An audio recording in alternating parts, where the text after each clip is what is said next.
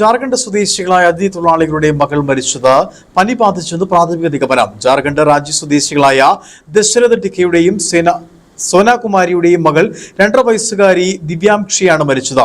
കുട്ടിയുടെ മൃതദേഹം കട്ടപ്പന താലൂക്ക് പൊതുശ്മശാനത്തിൽ സംസ്കരിച്ചു.